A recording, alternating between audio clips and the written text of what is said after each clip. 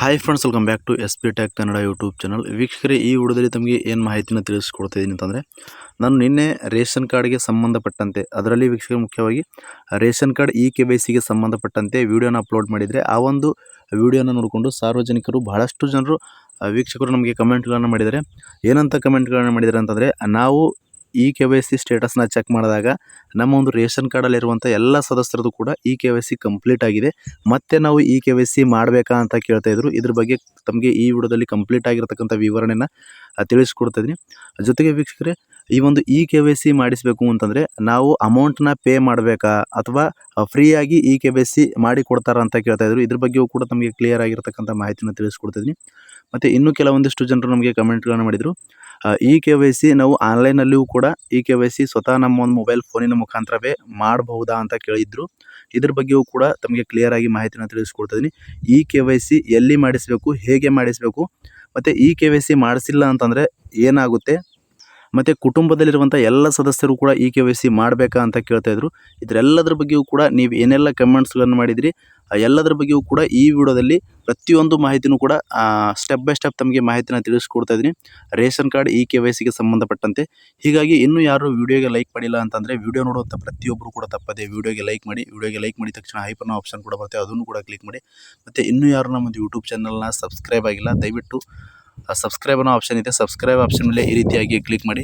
Click ಮಾಡಿದ ನಂತರ ಮತ್ತೆ ಒಂದು ಸಾರಿ ಸಬ್ಸ್ಕ್ರೈಬ್ ಆಪ್ಷನ್ ಮೇಲೆ ಕ್ಲಿಕ್ ಮಾಡಿ, ಅಲ್ಲಿ ಆಲ್ ಅನ್ನೋ ಆಪ್ಷನ್ನ ಸೆಲೆಕ್ಟ್ ಮಾಡ್ಕೊಳ್ಳಿ.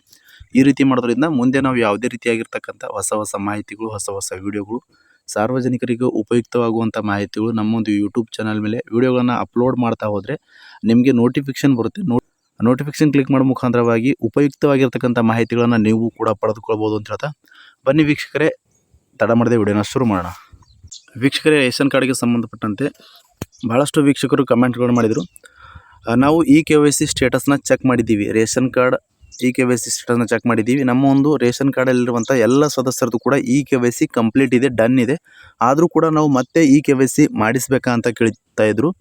ವೀಕ್ಷಕರೇ, ಇದ್ರ ಬಗ್ಗೆ ತಮಗೆ ಮಾಹಿತಿನ ತಿಳಿಸೋದಾದರೆ, ನಿಮ್ಮದು ಆಲ್ರೆಡಿ KYC ಎಲ್ಲರದ್ದು ಕೂಡ ಡನ್ ಆಗಿತ್ತು, ಕಂಪ್ಲೀಟ್ ಆಗಿತ್ತು ಅಂತಂದರೆ ನೀವು ಮತ್ತೆ KYC ಮಾಡೋ ಅವಶ್ಯಕತೆ ಇಲ್ಲ. ವೀಕ್ಷಕರೇ, ಯಾರ್ದೆಲ್ಲ KYC ಪೆಂಡಿಂಗ್ ಇರುತ್ತೆ, ಪೆಂಡಿಂಗ್ ಇರ್ತಕ್ಕಂಥ ಸದಸ್ಯರೇನಿರ್ತಾರೆ ಅವ್ರದ್ದು ಮಾತ್ರ KYC ಮಾಡಿಸಬೇಕಾಗುತ್ತೆ ವೀಕ್ಷಕರೇ.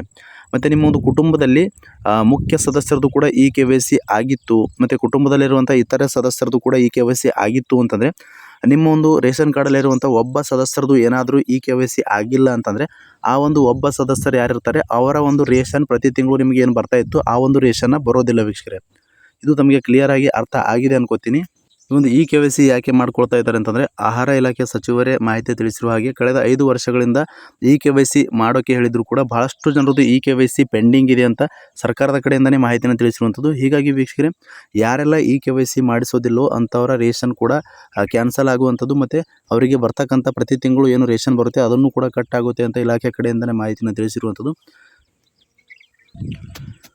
ವೀಕ್ಷಕರೇ, ಈ ಒಂದು KYC ಯಾಕೆ ಮಾಡಿಸ್ಕೊಳ್ತಾ ಇದ್ದಾರೆ ಸರ್ಕಾರದ ಕಡೆಯಿಂದ ಅಂತಂದರೆ, ವೀಕ್ಷಕರೇ ಏನಾಗ್ತಾ ಇದೆ ಅಂತಂದರೆ, ರೇಷನ್ ಕಾರ್ಡಲ್ಲಿ ಮೃತಪಟ್ಟಂಥವರ ಹೆಸರು ಕೂಡ ಇದೆ. ಹೀಗಾಗಿ ಮತ್ತು ಬೇರೆ ರೇಷನ್ ಕಾರ್ಡಿಂದ ಹೆಸರುಗಳನ್ನು ಡಿಲೀಟ್ ಮಾಡಿಸಿದಂಥವರು ಕೂಡ ಇದ್ದಾರೆ.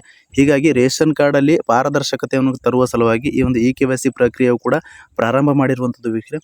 ಹೀಗಾಗಿ ಪ್ರತಿಯೊಬ್ಬರು ಕೂಡ ನಮಗೆ ಕೇಳ್ತಾ ಇದ್ರು, ರೇಷನ್ ಕಾರ್ಡಲ್ಲಿರುವಂಥ ಪ್ರತಿಯೊಬ್ಬರು ಸದಸ್ಯರು ಕೂಡ KYC ಮಾಡಿಸಬೇಕಾ ಅಂತ ಕೇಳ್ತಾ ಇದ್ರು. ಹೌದು ವೀಕ್ಷಕರೇ, ರೇಷನ್ ಕಾರ್ಡಲ್ಲಿರುವಂಥ ಪ್ರತಿಯೊಬ್ಬರು ಸದಸ್ಯರು ಕೂಡ KYC ಮಾಡಿಸೋದು ಕಡ್ಡಾಯವಾಗಿರುತ್ತೆ ಅಂತ ಮಾಹಿತಿನ ತಿಳಿಸಿರುವಂಥದ್ದು ವೀಕ್ಷಕರೇ.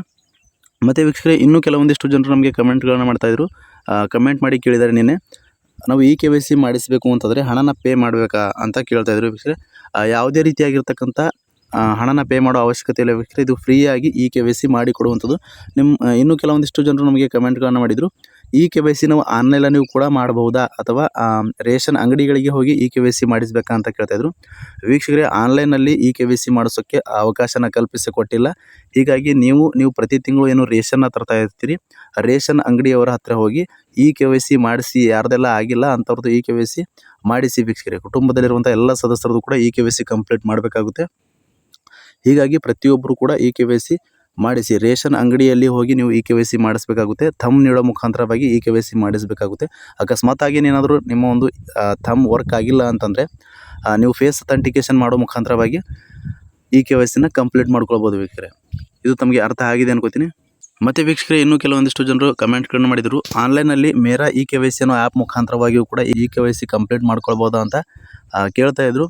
ವೀಕ್ಷಕರೇ ಆನ್ಲೈನಲ್ಲಿ ಈ ಒಂದು ಆ್ಯಪ್ ಮುಖಾಂತರವಾಗಿ ಇ-KYC ಮಾಡೋಕ್ಕೆ ಇ-KYC ಮಾಡೋಕ್ಕೆ ಹೋದರೆ ಅಲ್ಲಿ ಈ ಒಂದು ಆ್ಯಪ್ ವರ್ಕ್ ಆಗ್ತಾ ಇಲ್ಲ ವೀಕ್ಷಕರೇ. ನಮ್ಮ ಒಂದು ರಾಜ್ಯದಲ್ಲಿ ಯಾರ್ದು ಕೂಡ ಈ ರೀತಿಯಾಗಿ ಆನ್ಲೈನಲ್ಲಿ ಇ-KYC ಆಗ್ತಾ ಇಲ್ಲ.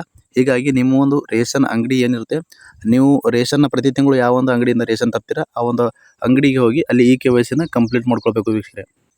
ನೀವು ಏನಾದರೂ ಅಕಸ್ಮಾತಾಗಿ ಇ-KYC ಕಂಪ್ಲೀಟ್ ಮಾಡಿಲ್ಲ, ನೀವು ಇ-KYC ಮಾಡದೇ ಇದ್ದರೆ ಏನು ಇವಾಗ ರಾಜ್ಯದಲ್ಲಿ ಪಂಚ ಗ್ಯಾರಂಟಿ ಯೋಜನೆಗಳಲ್ಲಿ ಒಂದಾಗಿರ್ತಕ್ಕಂಥ ಗೃಹಲಕ್ಷ್ಮಿ ಯೋಜನೆಯು ಕೂಡ ಈ ಒಂದು ರೇಷನ್ ಕಾರ್ಡಿಂದನೇ ತಮಗೆ ಸಿಗ್ತಾ ಇರುವಂಥದ್ದು. ಹೀಗಾಗಿ ಗೃಹಲಕ್ಷ್ಮಿ ಯೋಜನೆಯ ಹಣನೂ ಕೂಡ ತಮಗೆ ಮುಂದೆ ಬರ್ತಕ್ಕಂಥ ದಿನಗಳಲ್ಲಿ ಕಟ್ ಆಗ್ಬೋದು. ಹೀಗಾಗಿ ನೀವು ಸ್ಟೇಟಸ್ನ ಚೆಕ್ ಮಾಡಿಕೊಂಡು ನಿಮ್ಮದು ಇ-KYC ಆಗಿದೆಯಾ ಇಲ್ವಾ ಅಂತ ಚೆಕ್ ಮಾಡ್ಕೊಳ್ಳಿ ವೀಕ್ಷಕರೇ. ಈ ಒಂದು ಸ್ಟೇಟಸ್ನ ಯಾವ ರೀತಿ ಚೆಕ್ ಮಾಡೋದು ಅಂತಂದರೆ, ನಾನು ಇವಾಗ ತಮಗೆ ಕ್ಲಿಯರ್ ಆಗಿರ್ತಕ್ಕಂಥ ಮಾಹಿತಿನ ತಿಳಿಸ್ಕೊಡ್ತಿದ್ದೀನಿ. ಸ್ಟೆಪ್ ಬೈ ಸ್ಟೆಪ್ ನಾನು ಈ ಒಂದು ಹೇಳುವಂಥ ಸ್ಟೆಪ್ಸ್ನ ಫಾಲೋ ಮಾಡಿದ್ರೆ ನೀವು ಕೂಡ ಮೊಬೈಲ್ನಲ್ಲಿ ಚೆಕ್ ಮಾಡ್ಕೊಳ್ಬೋದು ಕೇವಲ ಒಂದು 2 ನಿಮಿಷಗಳಲ್ಲಿ. ಗೂಗಲಲ್ಲಿ ಆಹಾರ ಅಂತ ಸರ್ಚ್ ಮಾಡಿ. ಆಹಾರ ಅಂತ ಸರ್ಚ್ ಮಾಡಿದ ಮೇಲೆ ಈ ರೀತಿಯಾಗಿರ್ತಕ್ಕಂಥ ಅಫಿಷಿಯಲ್ ಪೇಜ್ ಓಪನ್ ಆಗುತ್ತೆ. ಇಲ್ಲಿ ಏನು ಮಾಡಬೇಕು ಅಂತಂದರೆ ವೀಕ್ಷಕರೇ, ನೀವು ಲೆಫ್ಟ್ ಸೈಡಲ್ಲಿ 3 ಡಾಟ್ಸ್ ಬ್ಲಿಂಕ್ ಆಗ್ತಾ ಇದೆ. ಈ ಒಂದು 3 ಡಾಟ್ಸ್ ಮೇಲೆ ಕ್ಲಿಕ್ ಮಾಡಿ. 3 ಡಾಟ್ಸ್ ಮೇಲೆ ಕ್ಲಿಕ್ ಮಾಡಿದ ನಂತರ ಈ ರೀತಿಯಾಗಿರ್ತಕ್ಕಂಥ ಕೆಳಗಡೆ ಆಪ್ಷನ್ಗಳು ತಮಗೆ ಶೋ ಆಗುವಂಥದ್ದು. ಇಲ್ಲಿ 3ನೇ ಆಪ್ಷನ್ ಇದೆ, ಈ ಸ್ಟೇಟಸ್ ಅಂತ ಇದೆ. ಈ ಸ್ಟೇಟಸ್ ಆಪ್ಷನ್ ಮೇಲೆ ಕ್ಲಿಕ್ ಮಾಡಿ. ಈ ಸ್ಟೇಟಸ್ ಆಪ್ಷನ್ ಮೇಲೆ ಕ್ಲಿಕ್ ಮಾಡಿದ ನಂತರ ಇಲ್ಲಿ ನೋಡ್ಕೋಬೋದು DBT ಸ್ಟೇಟಸ್ ಅನ್ನೋ 3ನೇ ಆಪ್ಷನ್ ಇದೆ. DBT ಆಪ್ಷನ್ ಮೇಲೆ ಕ್ಲಿಕ್ ಮಾಡಿ. DBT ಆಪ್ಷನ್ ಮೇಲೆ ಕ್ಲಿಕ್ ಮಾಡಿದ ನಂತರ ಮತ್ತೆ ಕೆಳಗಡೆ 3 ಆಪ್ಷನ್ಗಳು ತಮಗೆ ಶೋ ಆಗ್ತಾ ಇರುವಂಥದ್ದು. ಬೆಂಗಳೂರು ವಿಭಾಗ ಮೊದಲನೇದಾಗಿ, 2ನೇದಾಗಿ ಮೈಸೂರು ವಿಭಾಗ, 3ನೇದಾಗಿ ಕಲಬುರಗಿ ವಿಭಾಗ. ನಿಮ್ಮ ಒಂದು ಜಿಲ್ಲೆ ಯಾವ ಒಂದು ವಿಭಾಗದ ಅಂಡರಲ್ಲಿ ಬರುತ್ತೆ ಆ ಒಂದು ವಿಭಾಗನ ಸೆಲೆಕ್ಟ್ ಮಾಡ್ಕೊಳ್ಬೇಕಾಗುತ್ತೆ. ನಾನು ಇವಾಗ ಕಲಬುರಗಿ ವಿಭಾಗನ ಸೆಲೆಕ್ಟ್ ಮಾಡ್ತಾ ಇದ್ದೀನಿ. ಕಲಬುರಗಿ ವಿಭಾಗನ ಸೆಲೆಕ್ಟ್ ಮಾಡಿದ್ಮೇಲೆ ಇಲ್ಲಿ ಈ ರೀತಿಯಾಗಿರ್ತಕ್ಕಂಥ ಹೊಸ ಪೇಜ್ ಓಪನ್ ಆಯಿತು. ಇಲ್ಲಿ ಏನು ಮಾಡಬೇಕು ಅಂತಂದರೆ 2ನೇ ಆಪ್ಷನ್ ಇದೆ, ಸ್ಟೇಟಸ್ ಆಫ್ ರೇಷನ್ ಕಾರ್ಡ್ ಅಂತ. ಈ ಒಂದು ಆಪ್ಷನ್ ಮೇಲೆ ಕ್ಲಿಕ್ ಮಾಡ್ತಾ ಇದ್ದೀನಿ. ಕ್ಲಿಕ್ ಮಾಡಿದ ನಂತರ ಈ ರೀತಿಯಾಗಿರ್ತಕ್ಕಂಥ ಹೊಸ ಪೇಜ್ ಓಪನ್ ಆಗುತ್ತೆ ವೀಕ್ಷಕರೇ. ಇಲ್ಲಿ ನೋಡ್ಕೊಳ್ಬೋದು ವಿತ್ OTP ಮತ್ತು ವಿತೌಟ್ OTP ಅನ್ನೋ 2 ಆಪ್ಷನ್ಗಳು ತಮಗೆ ಕಾಣ್ತಾ ಇರುವಂಥದ್ದು. ಇದರಲ್ಲಿ ವಿತ್ OTP ನೀವು ಕ್ಲಿಕ್ ಮಾಡಿದ್ರಿ ಅಂತಂದರೆ ನಿಮ್ಮ ಒಂದು ರೇಷನ್ ಕಾರ್ಡಲ್ಲಿ ಯಾರ್ದೆಲ್ಲ ಇ-KYC ಇನ್ನೂ ಕೂಡ ಪೆಂಡಿಂಗ್ ಇದೆ, ಹೆಸರು ಸಮೇತವಾಗಿ ಪರ್ಟಿಕ್ಯುಲರ್ ಆಗಿ ಹೆಸರು ಸಮೇತವಾಗಿ ನಿಮಗೆ ವಿತ್ OTP ಕ್ಲಿಕ್ ಮಾಡಿದ್ರಿ ಅಂತಂದರೆ ತೋರಿಸುವಂಥದ್ದು. ವಿತೌಟ್ OTP ಕ್ಲಿಕ್ ಮಾಡಿದ್ರಿ ಅಂತಂದರೆ ನಿಮ್ಮ ಒಂದು ರೇಷನ್ ಕಾರ್ಡಲ್ಲಿ 5 ಜನರದ್ದು ಇ-KYC ಪೆಂಡಿಂಗ್ ಇದೆ ಅಥವಾ 6 ಜನರದ್ದು ಈ ರೀತಿಯಾಗಿ ಪೆಂಡಿಂಗ್ ಇದೆ. ಮತ್ತು ಯಾರ್ದು ಕೂಡ ಪೆಂಡಿಂಗ್ ಇಲ್ಲ ಅಂತ ಹೆಸರು ಮಾತ್ರ ತೋರಿಸುವುದಿಲ್ಲ, ನಂಬರ್ಸ್ ಮಾತ್ರ ತಮಗೆ ತೋರಿಸುವಂಥದ್ದು. ಹೀಗಾಗಿ ನಾನು ಇವಾಗ ತಮಗೆ ವಿತೌಟ್ OTP ಆಪ್ಷನ್ ಮೇಲೆ ಕ್ಲಿಕ್ ಮಾಡಿ ತೋರಿಸ್ತೀನಿ, ನೋಡ್ಕೊಳ್ಬೋದು. ವಿತೌಟ್ OTP ಆಪ್ಷನ್ ಮೇಲೆ ಕ್ಲಿಕ್ ಮಾಡಿದ ನಂತರ ಇಲ್ಲಿ ರೇಷನ್ ಕಾರ್ಡ್ ನಂಬರ್ನ ಎಂಟ್ರಿ ಮಾಡೋಕ್ಕೆ ಕೇಳುತ್ತೆ. ರೇಷನ್ ಕಾರ್ಡ್ ನಂಬರ್ ಎಂಟ್ರಿ ಮಾಡಿ ಗೋ ಆಪ್ಷನ್ ಮೇಲೆ ಕ್ಲಿಕ್ ಮಾಡಿ ತಮಗೆ ಮುಂದಿನ ಪ್ರೊಸೆಸ್ ತಿಳಿಸ್ಕೊಡ್ತೀನಿ, ನೋಡ್ಕೊಳ್ಬೋದು. ವೀಕ್ಷಕರೇ ನೋಡ್ಕೊಳ್ಬೋದು, ರೇಷನ್ ಕಾರ್ಡ್ ನಂಬರ್ ಎಂಟ್ರಿ ಮಾಡಿ ಗೋ ಆಪ್ಷನ್ ಮೇಲೆ ಕ್ಲಿಕ್ ಮಾಡಿದ ನಂತರ ಈ ರೀತಿಯಾಗಿರ್ತಕ್ಕಂಥ ಪೇಜ್ ಓಪನ್ ಆಯಿತು. ಇಲ್ಲಿ ನೋಡ್ಕೊಳ್ಬೋದು ಮೊದಲನೇದಾಗಿ ಮೆಂಬರ್ಸ್ ಕೌಂಟ್ ಅಂತ ಇದೆ. ಅಂದರೆ ರೇಷನ್ ಕಾರ್ಡಲ್ಲಿ 5 ಜನ ಮೆಂಬರ್ ಇರುವಂಥದ್ದು ವೀಕ್ಷಕರೇ. ಈ ಒಂದು ರೇಷನ್ ಕಾರ್ಡಲ್ಲಿ 5 ಜನ ಮೆಂಬರ್ ಸದಸ್ಯರಿದ್ದಾರೆ. ಅದರಲ್ಲಿ ವೀಕ್ಷಕರೇ ಇ-KYC ನೋಡ್ಕೊಳ್ಬೋದು. ಇ-KYC ಕೂಡ 5 ಜನರದ್ದು ಕೂಡ ಕಂಪ್ಲೀಟ್ ಆಗಿದೆ. ರಿಮೈನಿಂಗಲ್ಲಿ ನೋಡ್ಕೊಳ್ಬೋದು ವೀಕ್ಷಕರೇ, ರಿಮೈನಿಂಗಲ್ಲಿ 0 ಅಂತ ಇದೆ. ಅಂದರೆ ಇನ್ನೂ ಈ ಒಂದು ರೇಷನ್ ಕಾರ್ಡಲ್ಲಿ ಯಾರ್ದು ಕೂಡ ಇ-KYC ಪೆಂಡಿಂಗ್ ಇಲ್ಲ ವೀಕ್ಷಕರೇ, ಎಲ್ಲರದ್ದು ಕೂಡ ಇ-KYC ಕಂಪ್ಲೀಟ್ ಆಗಿದೆ ಅಂತ ಅರ್ಥ. ಅಕಸ್ಮಾತಾಗಿ ಏನಾದರೂ ಇ-KYC ರಿಮೈನಿಂಗ್ ಅನ್ನೋ ಆಪ್ಷನಲ್ಲಿ ಏನಾದರೂ ನಿಮ್ಮದು 1 ಅಥವಾ 2 ಅಥವಾ 3 ಈ ರೀತಿಯಾಗಿ ತೋರಿಸ್ತಾ ಇತ್ತು ಅಂತಂದರೆ, 1 ತೋರಿಸ್ತಾ ಇದ್ದರೆ ಒಬ್ಬ ಸದಸ್ಯರದು ಇ-KYC ಪೆಂಡಿಂಗ್ ಇದೆ ಅಂತ ಅರ್ಥ ವೀಕ್ಷಕರೇ. ಮತ್ತು 2 ಇತ್ತು ಅಂತಂದರೆ 2 ಜನರದ್ದು ಇ-KYC ಪೆಂಡಿಂಗ್ ಇದೆ ಅಂತ ಅರ್ಥ ವೀಕ್ಷಕರೇ. ಈ ರೀತಿಯಾಗಿ ನೀವು ಕೂಡ ಸುಲಭವಾಗಿ ನಿಮ್ಮ ಒಂದು ಮೊಬೈಲ್ ಫೋನಿನ ಮುಖಾಂತರವೇ ಸ್ಟೇಟಸ್ನ ಚೆಕ್ ಮಾಡ್ಕೊಳ್ಬೋದು ವೀಕ್ಷಕರೇ. ತಮಗೆ ಸ್ಟೇಟಸ್ನ ಯಾವ ರೀತಿ ಚೆಕ್ ಮಾಡೋದು ಅಂತ ತಿಳಿಸ್ಕೊಟ್ಟಿದ್ದೀನಿ. ಮತ್ತು ನೀವು ಏನೆಲ್ಲ ಕಮೆಂಟ್ಸ್ಗಳನ್ನು ಮಾಡಿದರೆ ಎಲ್ಲದರ ಬಗ್ಗೆಯೂ ಕೂಡ ಕಂಪ್ಲೀಟಾಗಿ ವಿವರಣೆಯನ್ನು ಕೊಟ್ಟಿದ್ದೀನಿ ಅಂತ ಹೇಳ್ತಾ, ಫ್ರಮ್ ಬಿಗಿನಿಂಗಿಂದ ಎಂಡ್ವರೆಗೂ ಈ ಒಂದು ವಿಡಿಯೋನ ಮಿಸ್ ಮಾಡದೆ ಕಡೆ ತನಕ ವಾಚ್ ಮಾಡಿದಂಥ ಪ್ರತಿಯೊಬ್ಬರಿಗೂ ಕೂಡ ಹೃದಯಪೂರ್ವಕ ಧನ್ಯವಾದಗಳು ಸ್ನೇಹಿತರೆ. ಮತ್ತೆ ಇದೇ ರೀತಿಯಾಗಿರ್ತಕ್ಕಂಥ ಮಾಹಿತಿಯೊಂದಿಗೆ ಭೇಟಿ ಆಗ್ತಿರೋಣ. ಅಲ್ಲಿವರೆಗೂ ನಮಸ್ಕಾರ.